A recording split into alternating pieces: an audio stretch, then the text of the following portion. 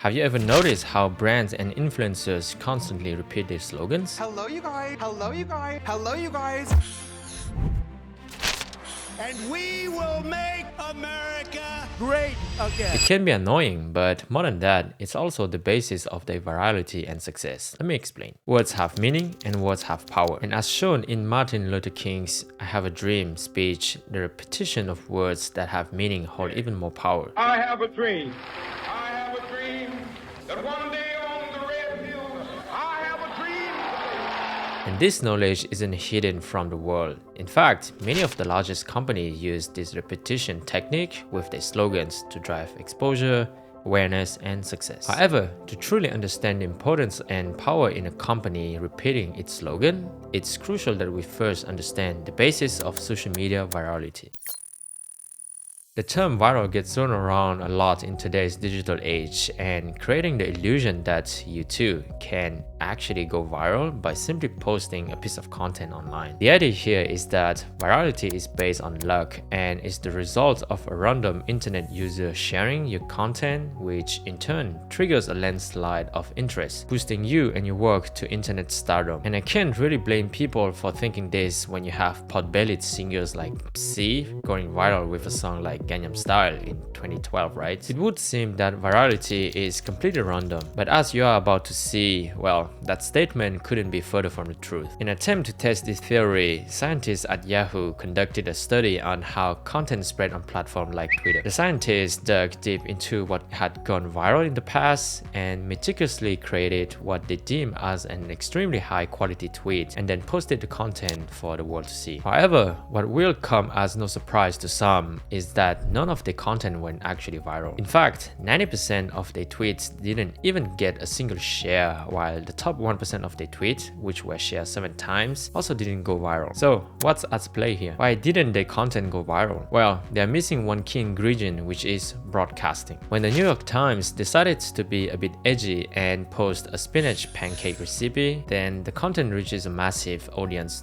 Not because it went viral, but because they, as an established broadcaster, already have access to a large following and audience base. The reality is that virality isn't solely a reflection of quality. It is instead a mix of different factors, and one of the most important being visibility. But in a world dominated by copycat influencers, quick-to-market businesses, and a sea of content, how are you supposed to stand out and take advantage of visibility? Well, whether you realize it or not, there's actually a technique used by the largest brands in the world as a way to cut through the noise and drive as much exposure as possible. And it lies on the foundation of one single thing, which is repetition.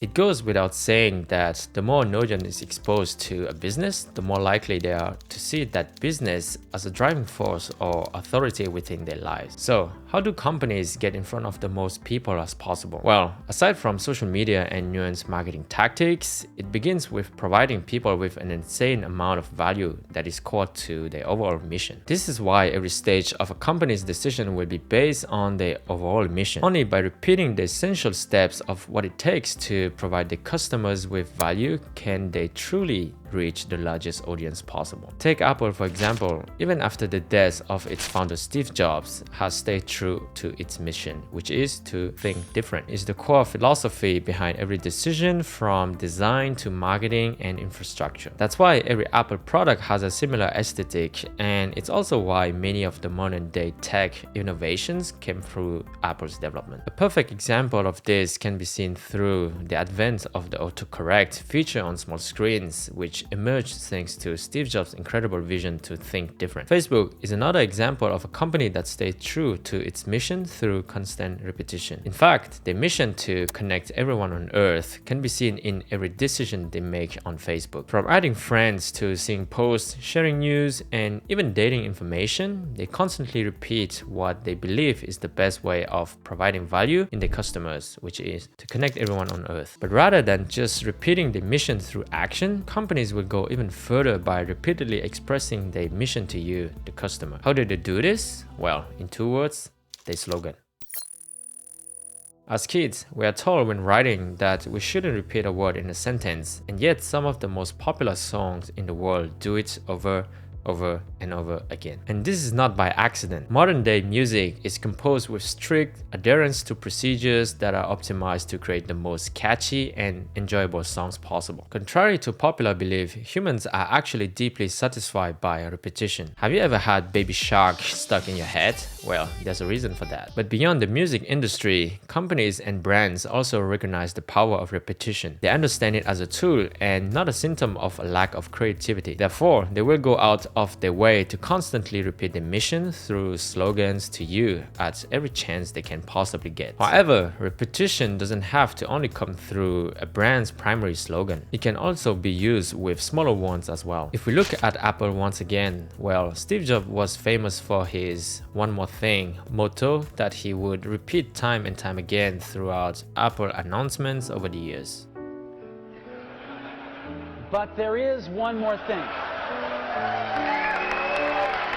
You guys have sat through a lot, and I really appreciate it today.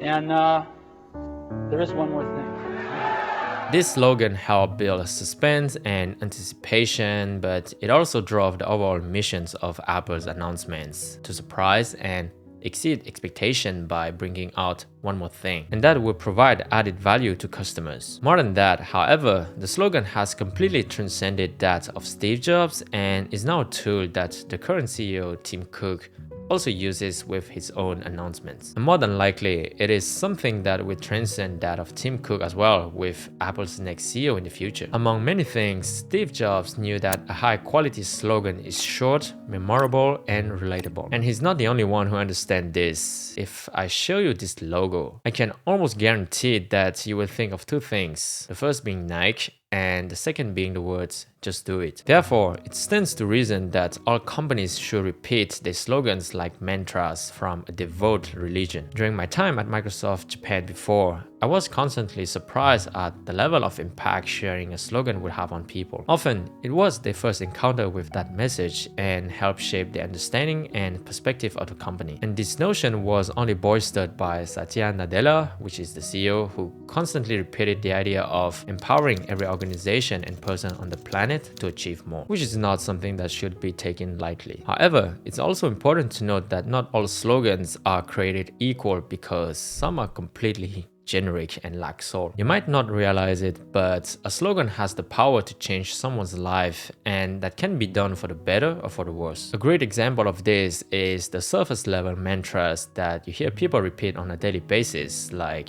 "make the world a happy place" and so on. They lack any brand identity and are completely flat. So if you're going to use one with your own business, then make sure it provides value and has heart.